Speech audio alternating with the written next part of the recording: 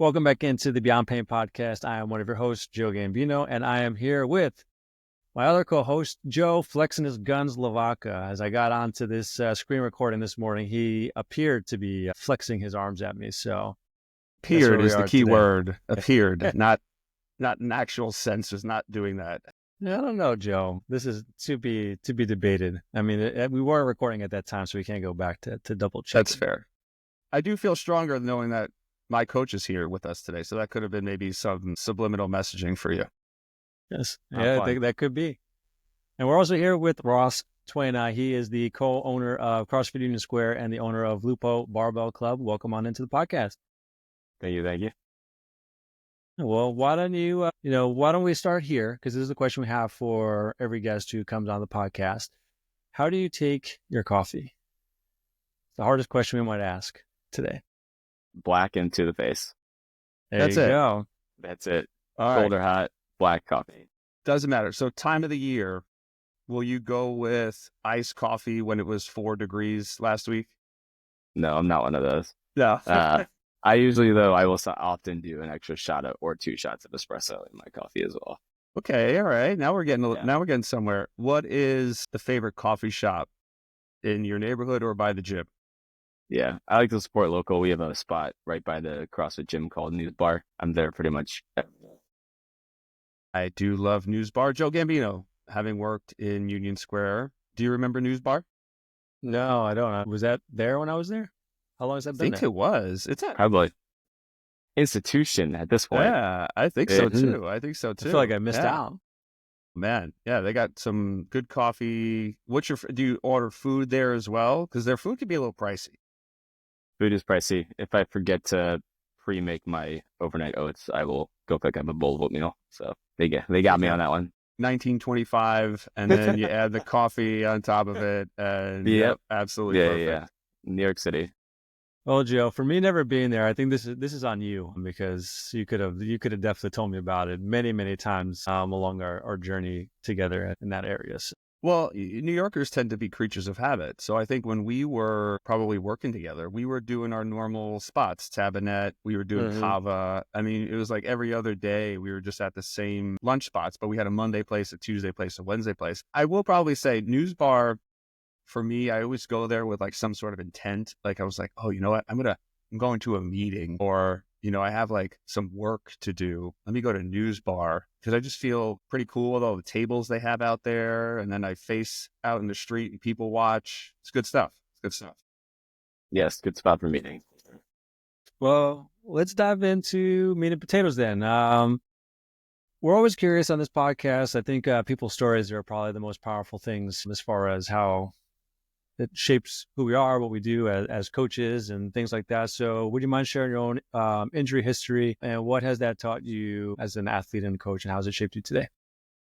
Sure. I wouldn't say I have an extensive laundry list of injuries, but as a competitive weightlifter, any single one will tell you that you're pretty much always hurt at all times. The only notable thing I've ever had was an ankle reconstruction when I was about 25 years old. I was already working in fitness, but it was one of those things that didn't stop me. You kind of keep going from that. Since then, I guess the more recent, more top of mind one is my hip has been a bit of an issue for the past year with weightlifting. And it's purely because the combination of trying to cut weight into a weight class, so my personal body weight comes down as I try and keep lifting heavier. A lot of times it's really hard to stay healthy, especially when you have a lot of other life stress going on. And, if poor sleep starts to impact that as well, then it's really tough to just stay healthy in general. Hasn't stopped me. You kind of figure out how to move in ways that you can accommodate, and you just keep going. But that's my big, I guess, injury. How did you come about needing the ankle reconstruction in the first place?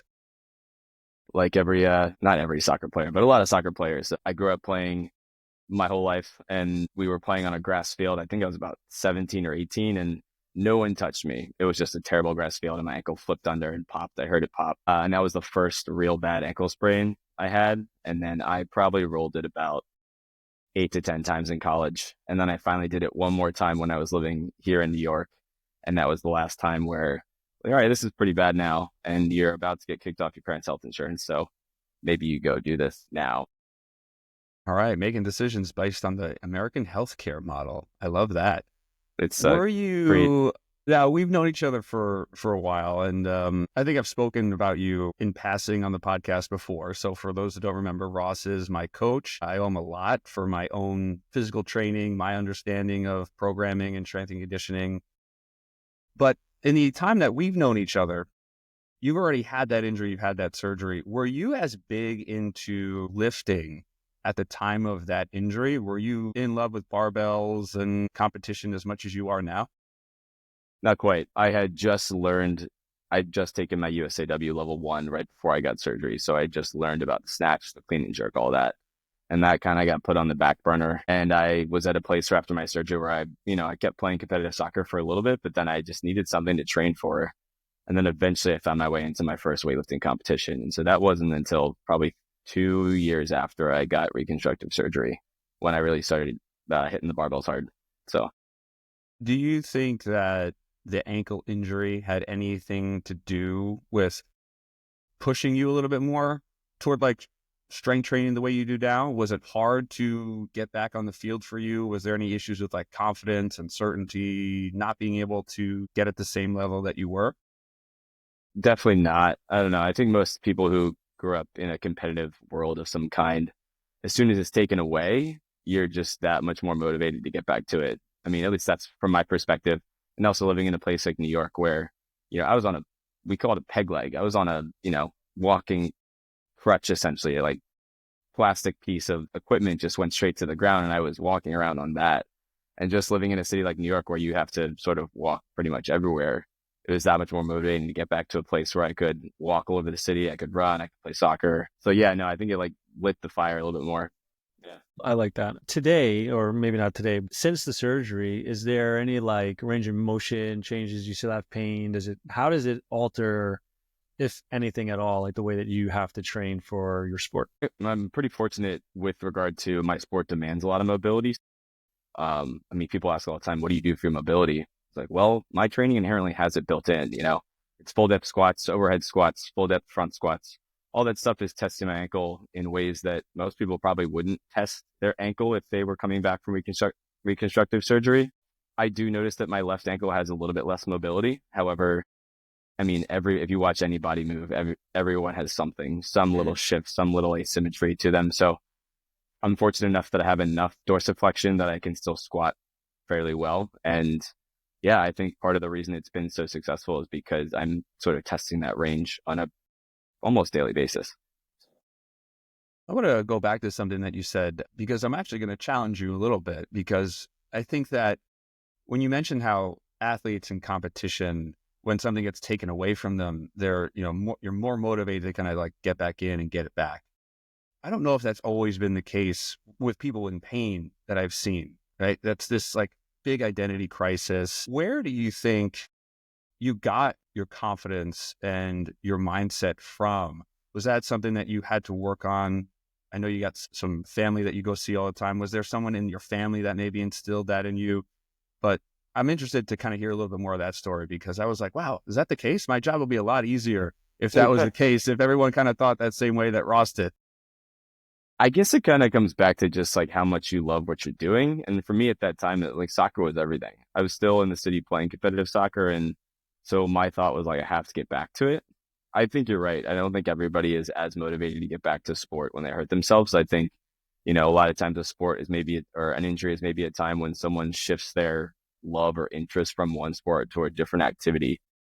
But yeah, I think that like competitive fire, that's something I grew up with. I have a twin brother, and I made it my mission to be better than him at everything. And so I recognize not everyone has that perspective or experience, and it's a gift and a curse, but that's where mine comes from. So yeah, well, how would anyone know the two of you are different unless you were crushing him on sporting events or soccer or in the weight room?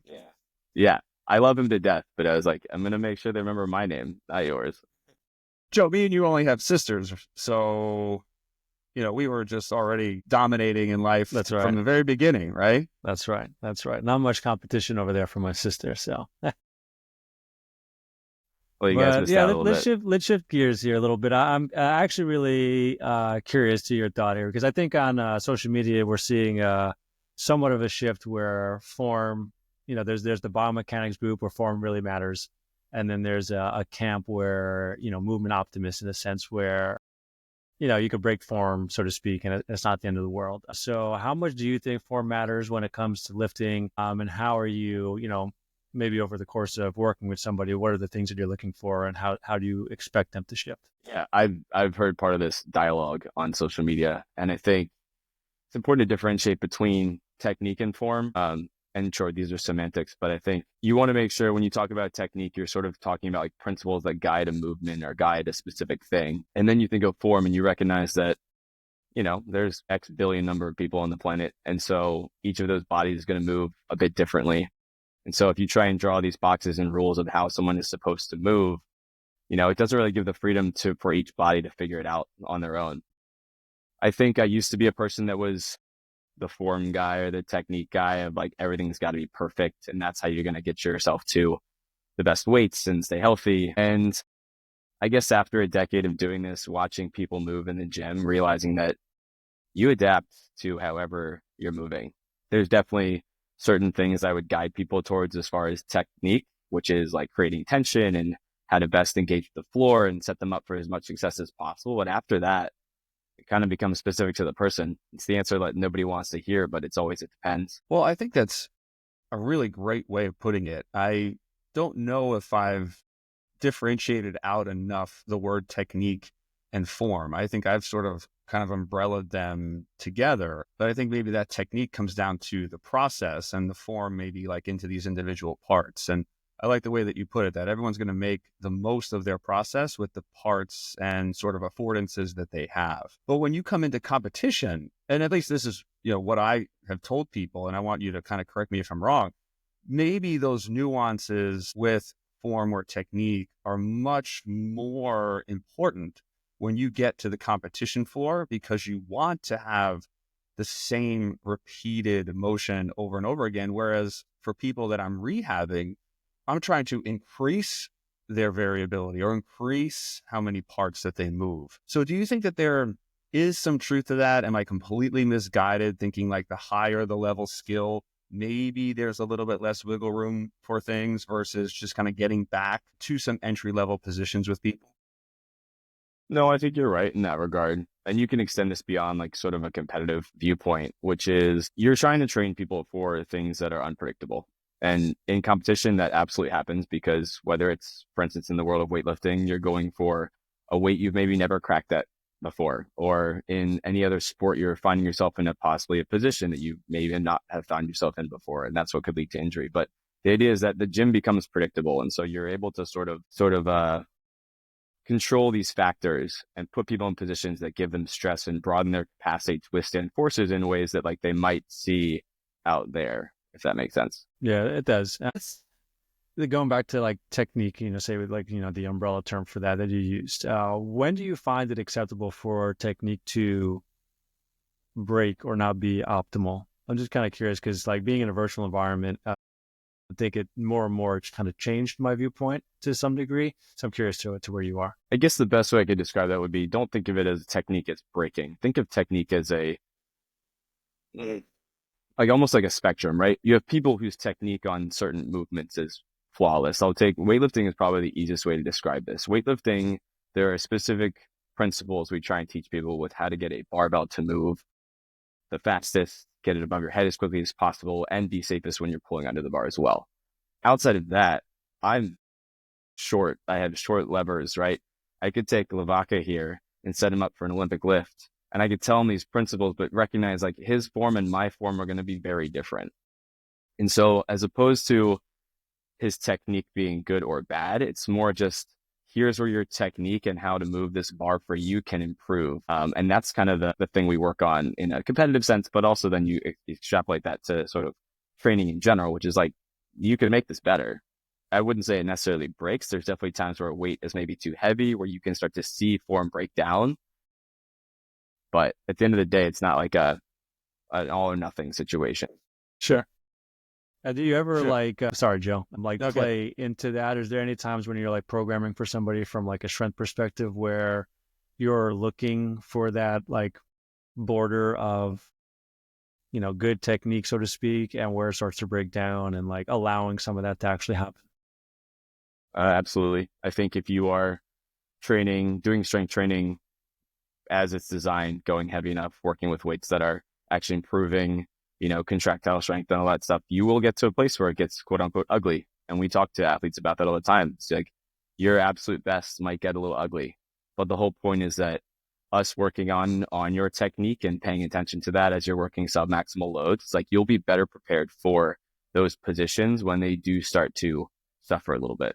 And that's what kind of prevents you or helps prevent you from getting injured. Yeah, what I was going to say, Joe, about the virtual space and form and technique breaking down, it reminds me of the definition of pornography. I can't really describe it, but I know it when I see it. So I always sort of went with that idea of, well, this is so far off from what I would consider a squat, a hinge, a push, a pull, that maybe it is worth intervening and coaching. But then even what I realized was some people, even with that, quote unquote break of form that I would deem maybe too far off the beaten path, right? Because there's always context with this.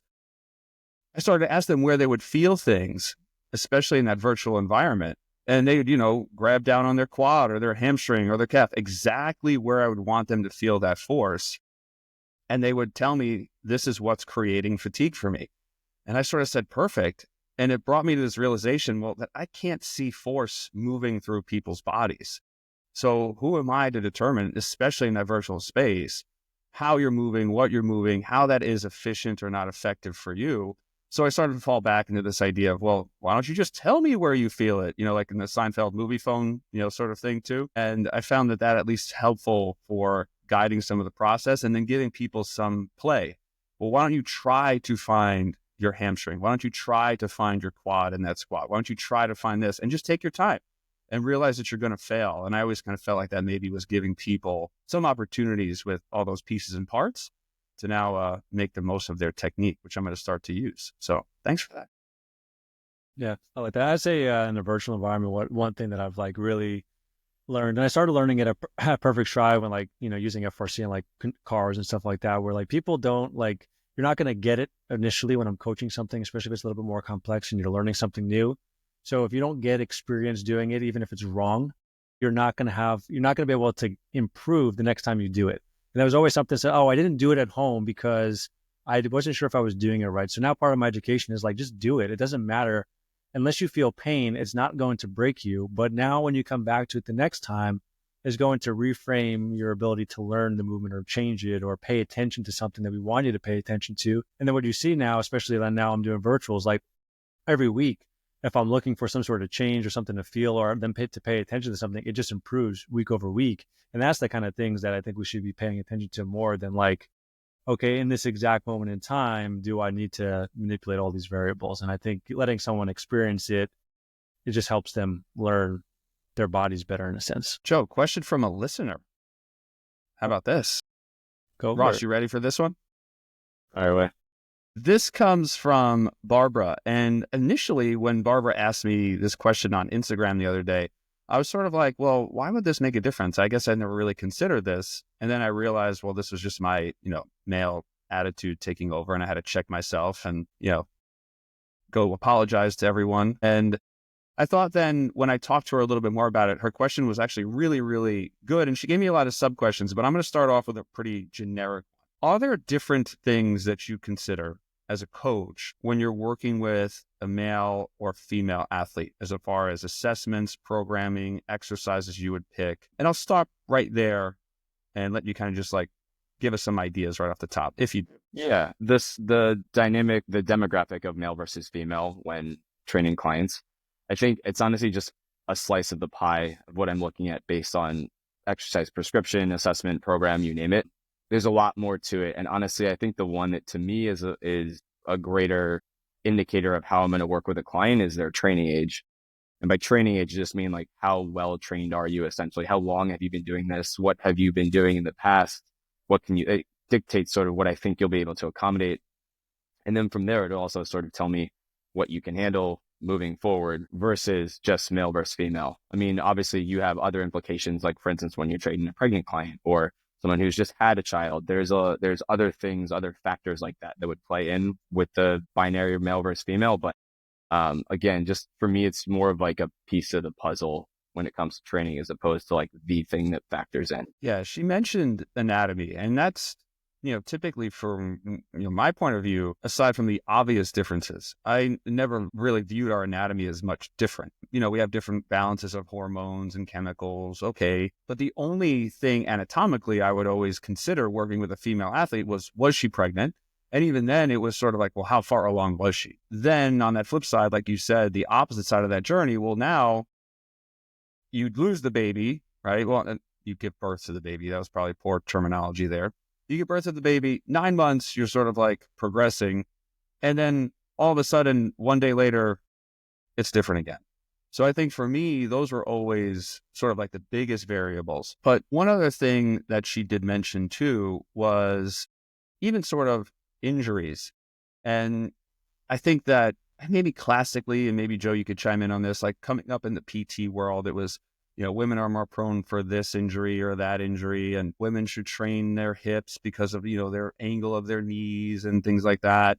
So I think a lot of this stuff has, thankfully lost favor over the years. But do you still find that with your women athletes in particular, do they come in with different goals or desires to the gym? Do they come in with different notions about training? Like, I should do this, I should do that, or I shouldn't do one thing or the other? Yeah, well, unfortunately, this is a much more meta topic, I think, with regards to sort of the way that we push men versus women to train and how that's been over the past few decades. And so I think that, there has been a very specific bias towards, men mainly strength training versus women. And I think the reason why you see anybody getting injured is the lack of strength training. And because there is this very specific binary of body types that we kind of like subscribe to for the two, it lends itself to men training heavier and working with bigger weights versus women sort of avoiding that.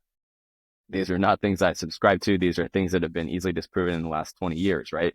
But that has had an impact on how people train. And so when it comes to women coming to the gym, I'm fortunate enough that I've helped build communities in which we really focus on strength training. CrossFit and weightlifting are two sports that are in the strength world. So that's almost something I don't necessarily have to worry about. I do have people every now and then that I'll talk to, and there's the word bulky comes up. I don't want to get bulky. I don't want to do this. And I am at a place where I go, I can't believe I'm still having this conversation with you. But I entertain it because you're never going to bring somebody along unless you take the time to listen to them, hear how they feel, try and empathize with their situation as well. And then hopefully just try and push them and guide them in the right direction towards starting to work with heavier weights. Joe, you're muted. Call Joe. Don't want the baby crying in the background. That's it. I really love that thought, that mindset there. And I was just curious if you see, is there anything besides like the I don't want to get bulky. It doesn't matter male or female, but what kind of things that people pop up that are like hurdles to kind of getting started with strength training? I think the biggest hurdle is intimidation, which is fair. And that's a very valid concern. And if we're being honest, gym culture is frightening and it's not the most friendly in the world. And I think that comes, the responsibility to change that dynamic comes from those people that are constantly in the gym and confident there and comfortable in the space to be more welcoming to people that are new. Even just a simple, like, introduce yourself to someone who looks like they're new, not necessarily giving unsolicited advice per se, but, trying to foster an environment where we recognize everybody's trying to get better. I think and that plus I think some knowledge, I think just some general education around how to lift, sort of how to organize a very simple program, having those two things together, a more welcoming environment and a little bit more knowledge around movements and programming will create less barriers to entry.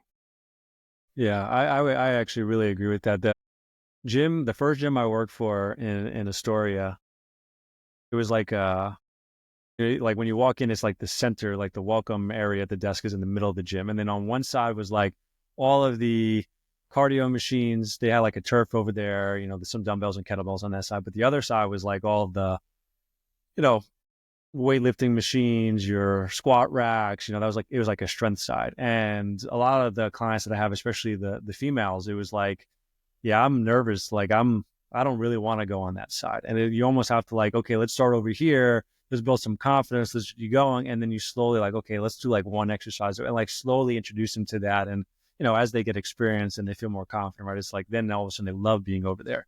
So I completely agree with you with that point. I think that is really a large hurdle. I think for anyone just getting started in fitness, doesn't matter male or female, but there's just, that stood out to me significantly. I've seen that over and over again.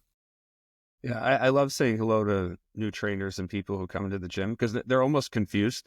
Like, why is someone being kind and outgoing and asking my name? And like you said, I mean, I think the biggest thing I valued over the years from CrossFit was that community and every single person I've worked with. And I would say your gym and CrossFit South Brooklyn, especially, those are the ones I have the two closest relationships with. But the data sets that I have from those people coming from you guys and South Brooklyn, it's a family. I mean, I see you guys on Instagram. It's Christmas, it's Thanksgiving. You guys are having celebrations together. You're always picking each other up. There's always smiles. Anytime I've met you in the Union Square gym, it's just like everybody, again, super friendly, super nice, eye contact. So that welcoming environment is, I think, so crucial. And I have not really seen anything else other than that CrossFit community really build on that yet and really make it whole. So I appreciate what you guys are doing as far as that, man. That's really great.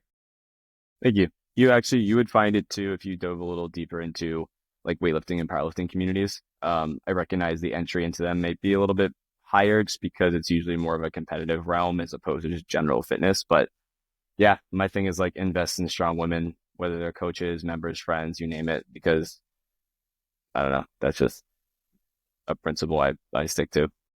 All right. Love that.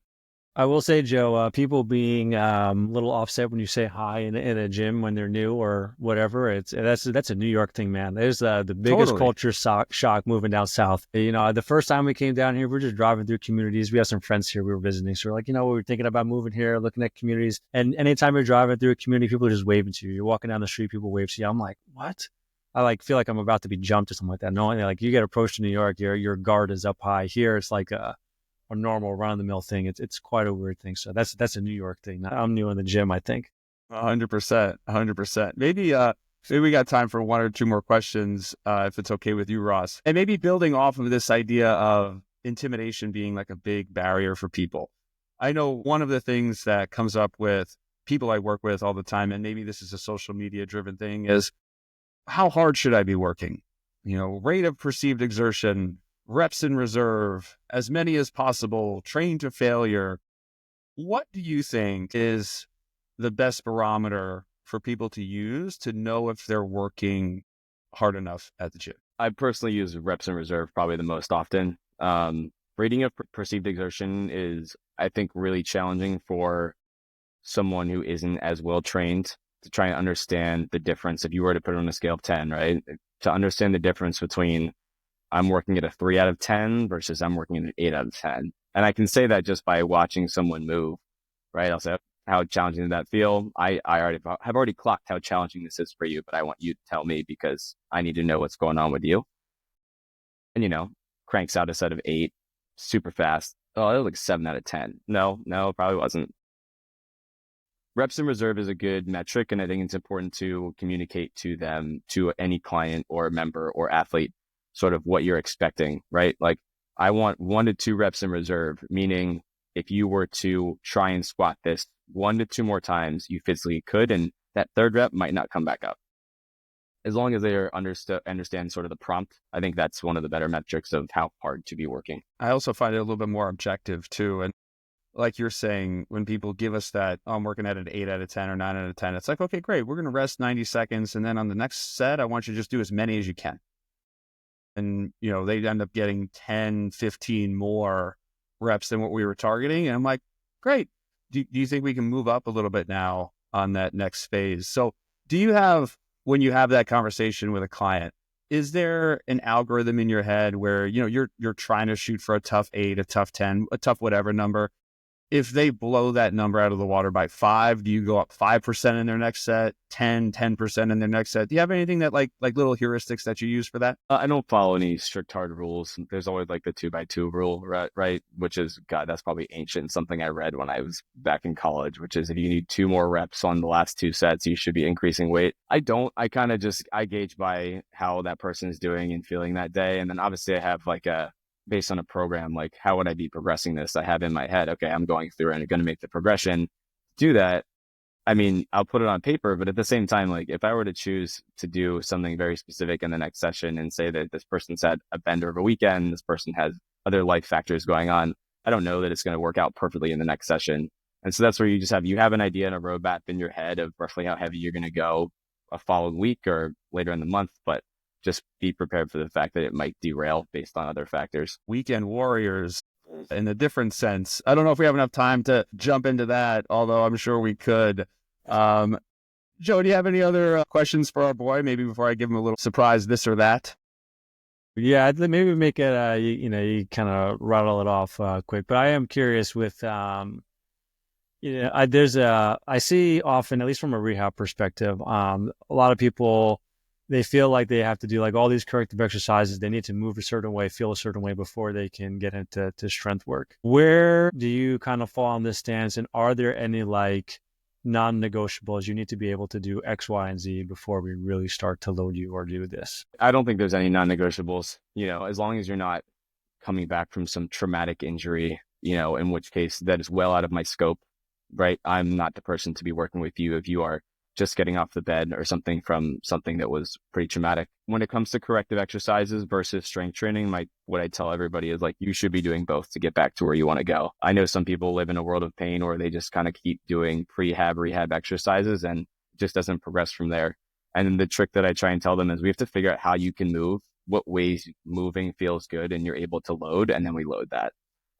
It could even be as simple as, it really hurts my back when I'm trying to do this back squat. I'm like, fantastic. Let's try a double dumbbell suitcase split squat and see how you feel.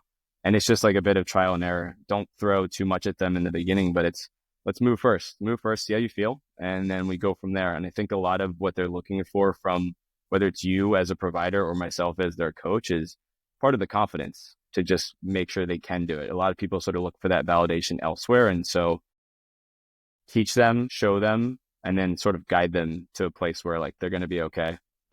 Love it. Yeah, well said. All right, cool. I'm going to give you a couple of options, Ross. No, you don't have to explain yourself. It's just going to be this or that. And we'll keep it gym related because we've been talking about it. Squats or deadlifts? Squats. Barbells or kettlebells? Barbells. Push-ups or pull-ups? Push-ups. Running or sprinting? That's tough. I might say running on this one. Okay, all right. The last one, rower or assault bike? Assault bike, but that's because I'm 5'4".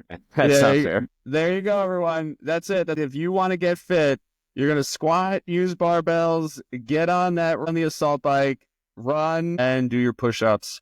And now Coach Ross has just given us a very well-rounded program. Dude, anything you want to leave the listeners with? Any thoughts? Where they can find you, things like that. Yeah. I mean, if you're in New York City, obviously CrossFit Union Square or Lupo Barbell Club. No, I guess thank you guys for what you do. I think this is a very important topic. It's something that's kind of conversation I have often. And so to put it in one place, I think is fantastic. And I guess the only other thing I tell people generally is like, if you haven't started strength training, the next best time is now. Load that. I love it. And Joe, I think this is going to have to be a segment that we do on every episode because I'd be curious to see what people say. And I think we're going to have to run through it on the next episode to see where we fall. All right, like very that. good. I like that this or that. Yeah. Well, Ross, thanks again for popping on the podcast. It was great to connect a little bit more face-to-face than just through social media. And awesome. Well, thank you guys. Yeah, you guys know I love you. Listeners, we love you. And thank you all for tuning in. And don't forget to come back next week for another exciting episode of the Beyond Pain podcast.